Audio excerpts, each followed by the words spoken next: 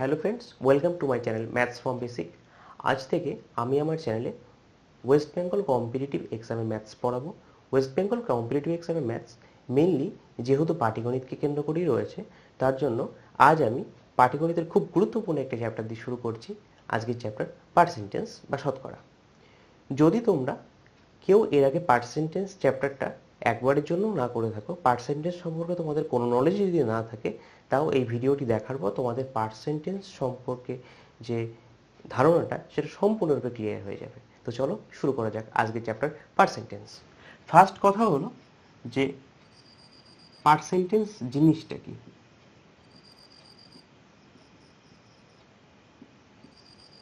Percentage, what is percentage? Percentage জিনিসটা কি? Percentage জিনিসটা হলো কোনো একটা সংখ্যাকে 100-র তুলনায়, মানে 100-র সঙ্গে সেই সংখ্যাটা তুলনা করা, মানে 100-র রেসপেক্টে সেই সংখ্যাটা কত, ঠিক সেরকম একটা তুলনা করা পার্সেন্টেজ। যেমন এক্সাম্পল যদি দুই একটা দিই, তাহলে পরীক্ষায় সাপোজ তুমি 30 পেয়েছো, 50-এর মধ্যে সাপোজ তুমি পরীক্ষায় 30 পেয়েছো, 50-এর মধ্যে তুমি পেয়েছো পরীক্ষায় 30। তাহলে কি এখানে কিন্তু এই এই দুটো সংখ্যার মধ্যে একটা তুলনা হচ্ছে কি না, তুমি পেয়েছো 30, কতর মধ্যে পেয়েছো? 50-এর মধ্যে পেয়েছো। এবার আমি এই জিনিসটাকে পার্সেন্টেজে কখনো কি চেঞ্জ করতে পারবো? মানে এই জিনিসটাকে আমি পার্সেন্টেজে পরিবর্তন করছি। সাপোজ তোমাকে দিয়ে দিয়েছে যে পরীক্ষায় 30 তুমি পেয়েছো, 50-এর মধ্যে সেই জিনিসটা কত পার্সেন্ট হচ্ছে। তাহলে পার্সেন্টে পরিবর্তন করার মানেটা কি? পার্সেন্টেজ পরিবর্তন করা মানে কিছু না, এই যে জিনিসটা, এটাকে আমি যেরকম 50-এর মধ্যে 30 পেয়েছো, সেটা 50-এর রেসপেক্ট আমি বলছি 30, ঠিক সেটাকে একই রকম ভাবে 100-এর রেসপেক্টে বলতে হবে কত, 100-এর রেসপেক্টে তুমি কত পেয়েছো সেটা তোমাকে বলতে হবে। তার মানে এটা কি? তার মানে এটা দাঁড়াচ্ছে যে এই 50-কে যদি কোনো রকম ভাবে 100-তে নিয়ে যেতে পারি, তাহলে আমি পার্সেন্টেজটা ক্যালকুলেট করতে পারবো। দেখো কি করে নিয়ে যাচ্ছি। এখানে সিম্পলি আমি কি করছি, 50-কে আমি 2 দিয়ে গুণ করছি, গুণ 2, 50-কে 2 দিয়ে গুণ করলে 100 হয়ে যাবে। একই রকম ভাবে 30-কে যদি 2 দিয়ে গুণ করা যায়, তাহলে হয়ে গেল 60। তার মানে এবার আমি বলছি যে এটা 60%, দিস ইজ 60%। ফার্স্টে কি ছিল? তুমি পেয়েছিলে 30 50-এর মধ্যে, সেটাকে যদি আমি 100 রেসপেক্টে বলি, তাহলে তুমি 100-র মধ্যে 60 পেয়েছো, এবং 100 রেসপেক্টে যেটা বলবো সেটাই percentage, and this is the answer. আমরা আরো যদি একটা এক্সাম্পল নিই, সাপোজ একটা বালতি রয়েছে, তাতে 5 লিটার জল রয়েছে, আর বালতিটাতে জল ধরে টোটাল 20 লিটার। তাহলে একটা বালতিতে 5 লিটার জল রয়েছে 20 লিটার জলের মধ্যে, মানে 20 লিটার ম্যাক্সিমাম ধরে, তার মধ্যে 5 লিটার রয়েছে। তাহলে আমি এই জিনিসটাকে পার্সেন্টেজ করব। পার্সেন্টেজ করবো মানে কি, আমি 100-এর রেসপেক্ট আমি বলবো যে এই বালতিতে কত লিটার জল ধরে, তাই তো? এটা আমি 20 রেসপেক্টে বলছি, 20 রেসপেক্টে বললাম 5, তাহলে আমি 100-এর রেসপেক্টে কত বলতে পারবো সেটাই পার্সেন্টেজ। পার্সেন্টেজ কিছু না, কোনো একটা জিনিস এটার সাথে এটা, তো এটার সাথে এটার রেসপেক্টে বলা হচ্ছে, তাহলে সেটাকে আমি 100-এর রেসপেক্টে যেটা বলবো সেটাই পার্সেন্টেজ। তাহলে এটাকে আমি কি করতে হবে, এটাকে আমি আগে যেরকম করলাম, এটাকে আমি 100-এর কনভার্ট করব। 100-এর কনভার্ট করার জন্য গুণ 5 করতে হবে। এটাকে একই রকম ভাবে গুণ 5 যদি করি, তাহলে আমার দাঁড়িয়ে গেল 25। তাহলে এই যে নাম্বারটা, এই নাম্বারটা কিন্তু 25 কত রেসপেক্টে, নিচে রয়েছে 100, তাহলে 100-র সাপেক্ষে এটা 25। এটা যেরকম 5, 20-র সাপেক্ষে এটা 5, মানে 20-র মধ্যে 5, একই রকম ভাবে এটা রয়েছে কি 100-র মধ্যে 25। এই 100-র মধ্যে 25 মানে 100-এর রেসপেক্টে যেটাকে আমি লিখছি বা যেটাকে আমি বের করলাম, সেটাই হলো পার্সেন্টেজ, অ্যান্ড ইট ইজ 25%। আশা করি দুটো এক্সাম্পলে কিছুটা ক্লিয়ার হয়েছে, বাকি জিনিসগুলো আস্তে আস্তে ক্লিয়ার হতে থাকবে। ঠিক আছে, এবার আরেকটা জিনিস দেখে নেওয়া যাক। সাপোজ 1/4, এই নাম্বারটাকে আমাকে পার্সেন্টে বের করতে হবে যে 1/4 সমান সমান কত পার্সেন্ট। তাহলে আমি কি করব, এটাকে পার্সেন্ট বের করার জন্য আগের পদ্ধতিতে আমি যেমন করছিলাম, এটাকে 100 বানানোর জন্য আমাকে 25 দিয়ে গুণ করতে হচ্ছিল, তাহলে 4 25 যেমন 100 হচ্ছে। একই রকম ভাবে এটাকে 25 দিয়ে গুণ করলে 25 একে 25 মানে আসছে আমার হলো উপরে 25 আর নিচে আসছে হলো 100, তাহলে এটা 25% বলা যায়।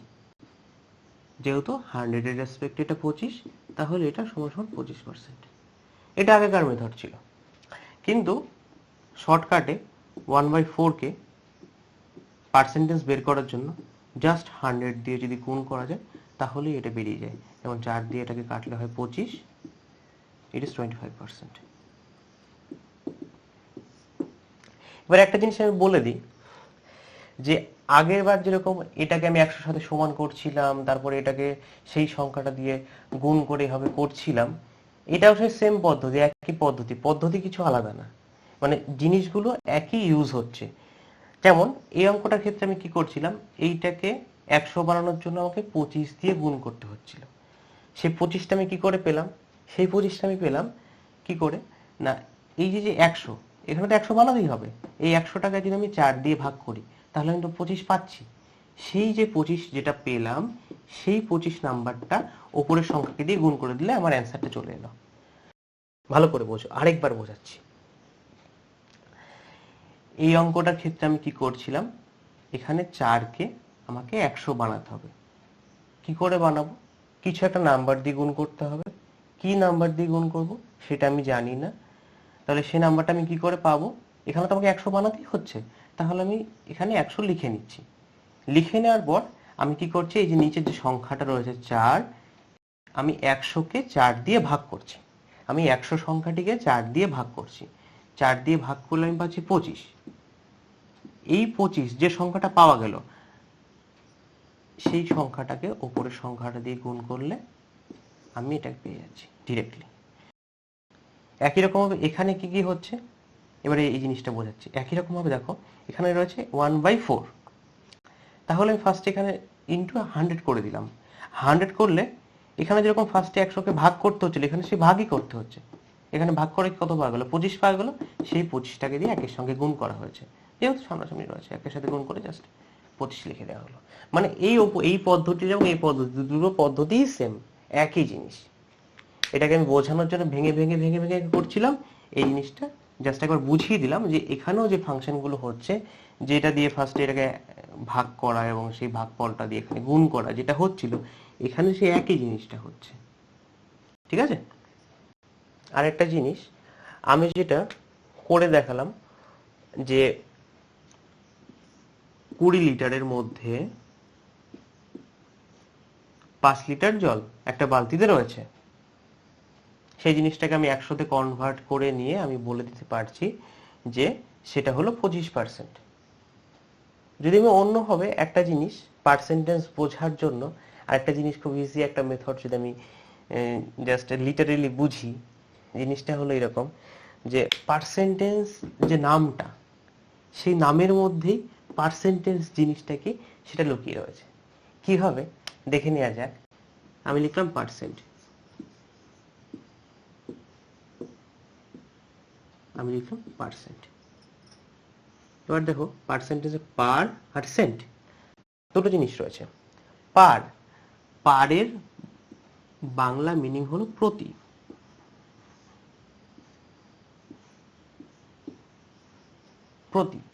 আর সেন্ট মানে হলো 100,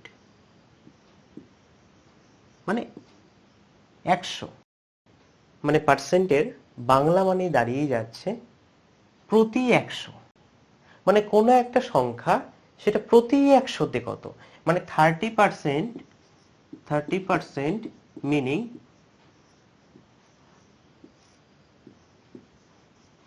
30 উইথ রেসপেক্ট টু 100।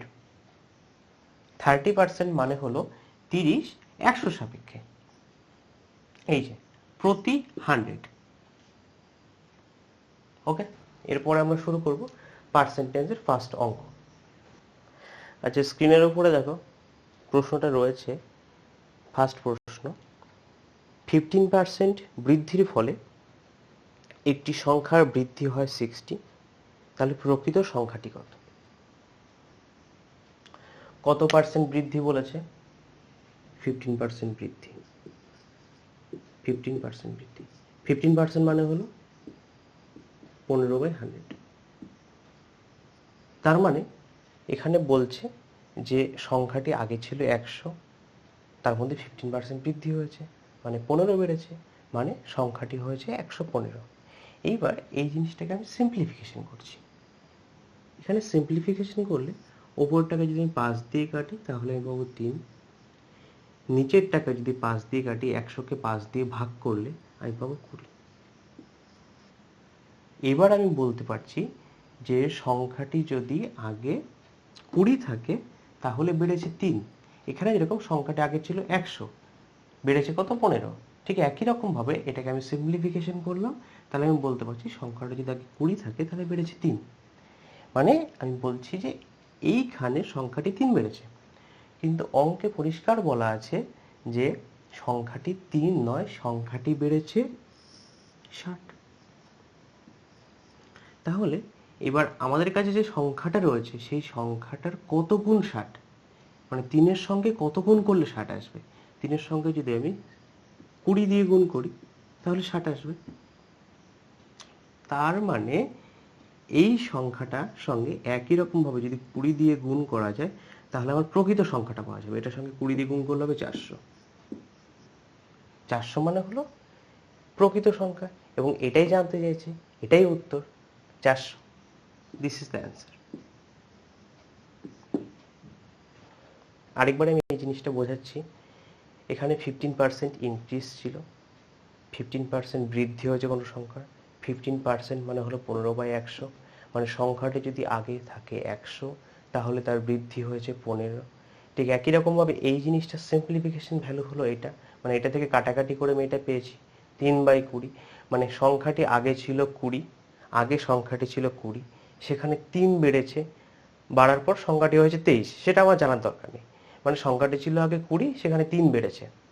এইবার আমার প্রশ্নে সিম্পলি বলা আছে যে সংখ্যাটি 3 বাড়েনি, সংখ্যাটি বেড়েছে 60, তাহলে এটা কত গুণ আমি দেখে নিলাম।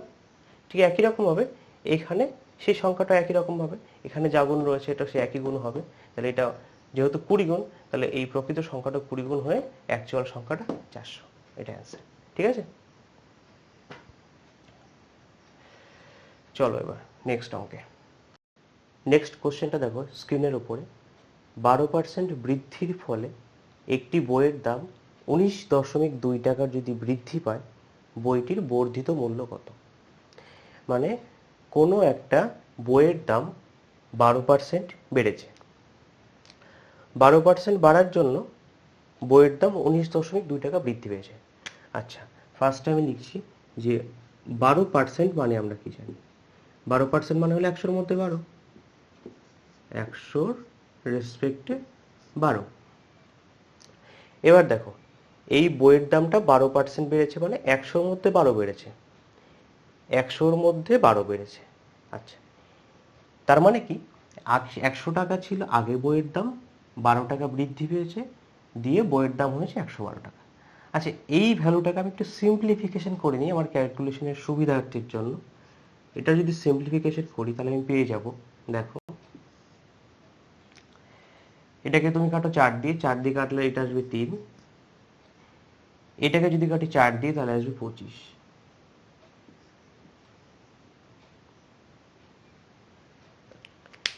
মানে এখন আমি দেখতে পাচ্ছি যে বইয়ের দাম আগে ছিল 25 টাকা, বইয়ের দাম বেড়েছে 3 টাকা। তার মানে বইয়ের দাম বাড়ার পর বইয়ের বর্ধিত মূল্য বা বইয়ের দাম বেড়ে বাড়ার পর যে দামটা হয়েছে সেটা হলো 25 টাকা আগে ছিল, 3 টাকা বেড়েছে। তার মানে কি বইয়ের দাম বাড়ার পর হলো 28 টাকা, বইয়ের দাম বাড়ার পর হলো 28 টাকা। এবার দেখো প্রশ্নে ঠিক বলা আছে যে বইয়ের দাম কিন্তু 3 টাকা বাড়েনি, বইয়ের দাম 3 টাকা বাড়েনি, বইয়ের দাম অ্যাকচুয়ালি বেড়েছে 19.2 টাকা। এটার অ্যাকচুয়ালি হলো 19.2, বইয়ের দাম অ্যাকচুয়ালি 19.2 টাকায় বেড়েছে।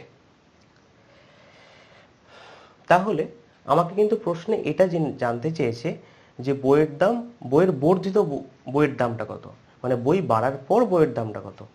আমাকে কিন্তু বলেনি যে বইয়ের প্রকৃত মূল্য কত বা বইয়ের আগে দাম কত ছিল, যে বৃদ্ধির আগে বইয়ের দাম কত ছিল সেটা কিন্তু জানতে চাইনি। আমাকে জানতে চেয়েছে কি না, বইয়ের বর্ধিত মূল্য কত। আমি এখান থেকে বর্ধিত মূল্য বের করেছিলাম 28 টাকাটা, তাহলে এটাই আমাকে বের করতে হবে, এখান থেকে আমি কিছু একটা বের করতে হবে।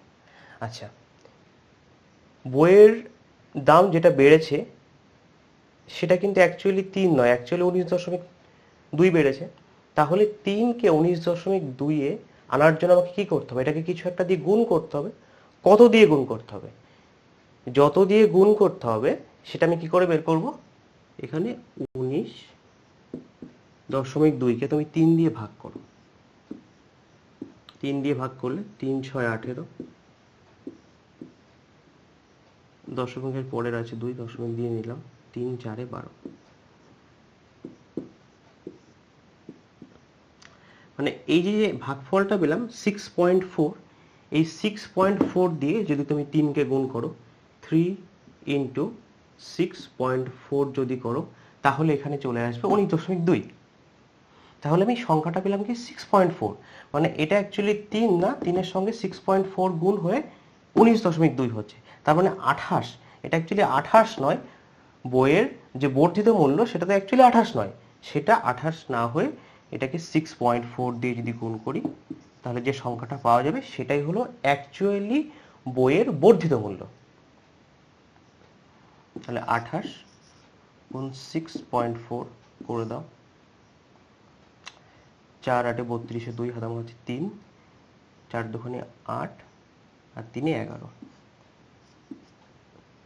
একে কাটো, 6 8 48-এর 8, হাতে থাকছে আমার 4, 6 2 12, 8 4 16,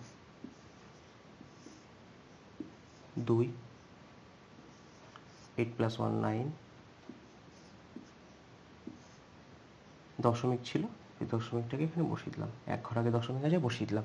তাহলে দেখো বইয়ের বর্ধিত মূল্যটা একবারে চলে এলো এইটা, এটাই আমাদের অ্যান্সার, বা এটাই আমাকে জানতে চেয়েছে, তার জন্য এটাই অ্যান্সার।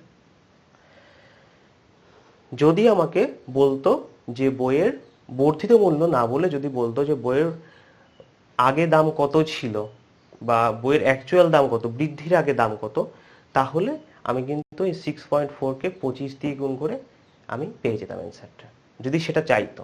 কিন্তু আমাকে চেয়েছে বইয়ের বর্ধিত মূল্য কত, বইয়ের বর্ধিত মূল্য চেয়েছে, তার জন্য আমাকে 28 দিয়ে এটাকে গুণ করতে হলো।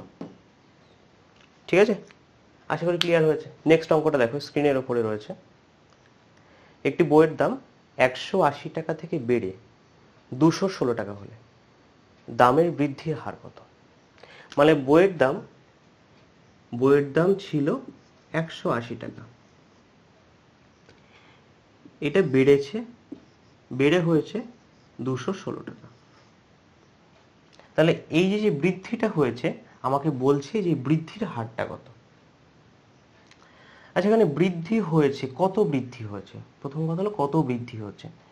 এখানে 216 থেকে যদি আমি 180 বিয়োগ করে নিই, তাহলে আমি দেখতে পাবো এখানে আসছে 36। তার মানে এই বৃদ্ধি যেটা হয়েছে সেটা 36 হয়েছে। এবার আসছে এখানে বইয়ের দাম বৃদ্ধি হয়েছে, বেড়েছে, তো বেড়েছে মানে কার থেকে বেড়েছে, 180 থেকে বেড়েছে, 180 থেকে বেড়ে 216 হয়েছে। বইয়ের দাম 180 থেকে বেড়ে 216 হয়েছে, কার থেকে বেড়েছে, তাহলে 180 থেকে বেড়েছে, কত বেড়েছে, 36 বেড়েছে। তার মানে আমি দেখতে পাচ্ছি বইয়ের দাম বেড়েছে 36, কত থেকে বেড়েছে, 180 থেকে বেড়েছে, মানে 180-র মধ্যে 36 বেড়েছে।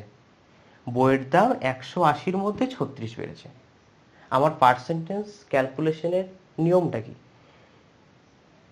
আমি দেখব যে 100-এর রেসপেক্টে কত বেড়েছে। এখানে লেখা আছে 180-র মধ্যে 36 বেড়েছে, কিন্তু পার্সেন্টেজ করতে গেলে করতে হয় 100-এর মধ্যে কত বেড়েছে। তার মানে আমি যদি এই 180টাকে 100 করতে পারি, তাহলে এটা যত হবে ততই আমার পার্সেন্টেজ, সেটা 100-এর রেসপেক্টে বেরিয়ে যাবে, তার জন্য সেটাই পার্সেন্টেজ। আচ্ছা, তো এর ডিটেলস মেথড তো আমি আগে করেছি, এবার আমি শর্টকাট পদ্ধতি করছি, বা সেই ডিটেলস মেথডটা থাকছে তার মধ্যে, কিন্তু ক্যালকুলেশন ইজি হবে। কি করছি না, এইটাকে আমি যদি পার্সেন্টেজ বের করতে যাই, তাহলে সিম্পলি এটাকে গুণ করে দিলাম 100।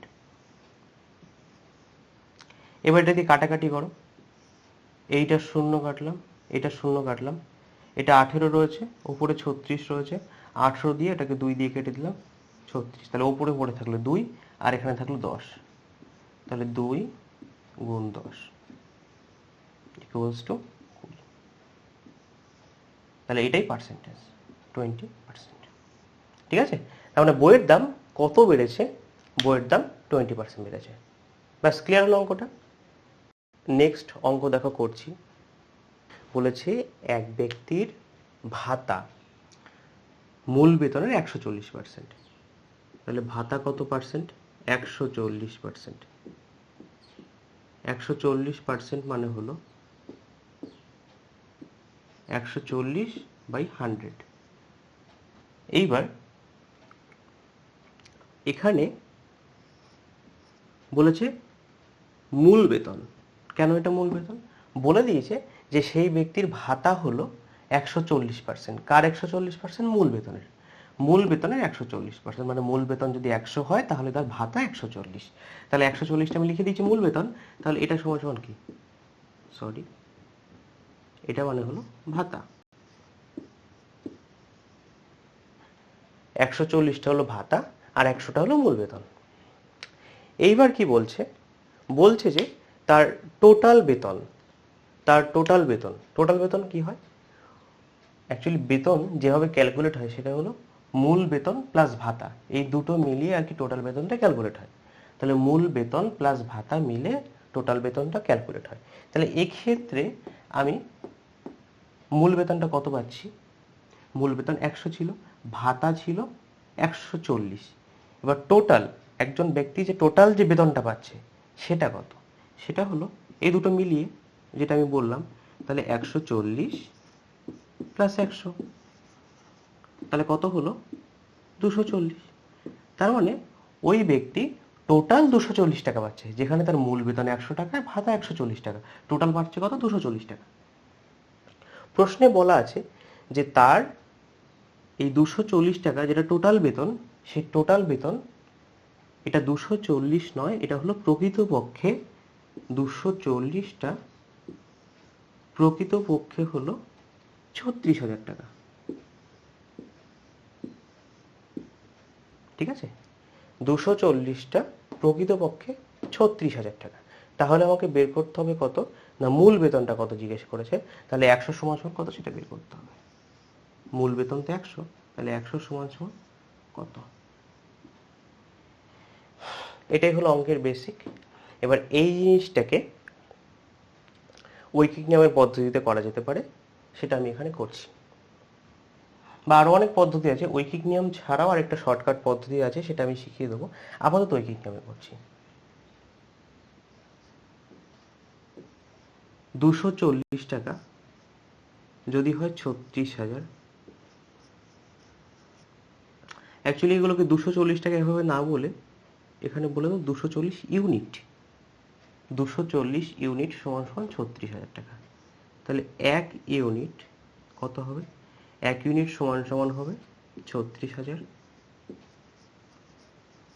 বাই 240।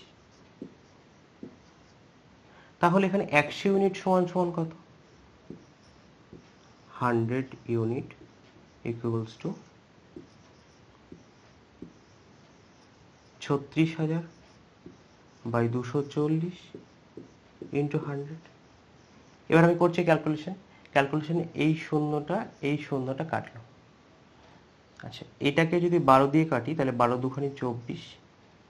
একই রকম ভাবে এটাকে যদি আমি কাটি 12 দিয়ে, তাহলে 3 বারং 36, আর পড়ে থাকলো দুটো শূন্য। একটা শূন্য তুমি আমাকে আগেই ক্যান্সেল আউট করে দিয়েছি, এটাই, বাকি দুটো শূন্য পড়ে থাকলো। আরও এখনো নিচে 2 পড়ে রয়েছে, এই 2টাকে আবার কাটো, 300কে এটা দিয়ে কাটলে হবে 150। এখানে পড়ে থাকলো 150, এখানে থাকলো 100, 150 গুণ 100 ইকুয়ালস টু 150 কাটা হচ্ছে দেখো 1 2 3 1 2 3 15,000 টাকা। 15,000 টাকাটাই আমার মূল বেতন বেরিয়ে গেল। আচ্ছা আরেকটা জিনিস বলি, যদি অঙ্কটাতে আমার মূল বেতন না চেয়ে যদি চাইতো যে ওই ব্যক্তির মোট ভাতার পরিমাণ কত, তাহলে আমি কি করতাম না, এখানে আমি দেখতে পাচ্ছি ভাতা সমান কত 140, তাহলে আমি 140 ইউনিট বের করতাম। এখানে যেমন 100 ইউনিট বের করেছি কারণ আমাকে জানতে চেয়েছে মূল বেতনটা কত। যদি আমাকে ভাতা জানতে চাইতো তাহলে আমি 140 ইউনিট বের করতাম। এই প্রশ্নটা এটাও আসতে পারে, এখানে মূল বেতন চেয়েছে, জিজ্ঞাসা করতে পারে যে ভাতার পরিমাণটা কত, তখন আমি 140 ইউনিট সমান সমান বের করে ক্যালকুলেশন করে দেবো, হয়ে গেল। আজকের মতো পার্সেন্টেজ এটুকুই। পরবর্তী ভিডিওগুলোতে আমরা পার্সেন্টেজের আরও অন্যান্য টাইপগুলো দেখতে থাকবো। যত রকম টাইপ হয় পার্সেন্টেজের সমস্তগুলো করানো হবে, এবং প্রত্যেক টাইপের সঙ্গে কিছু টাইপ আমি করাবো, বাকি টাইপগুলো বাকি টাইপ না, সেম টাইপের কিছু অঙ্ক হোমওয়ার্ক হিসেবে দেওয়া থাকবে, ঠিক আছে।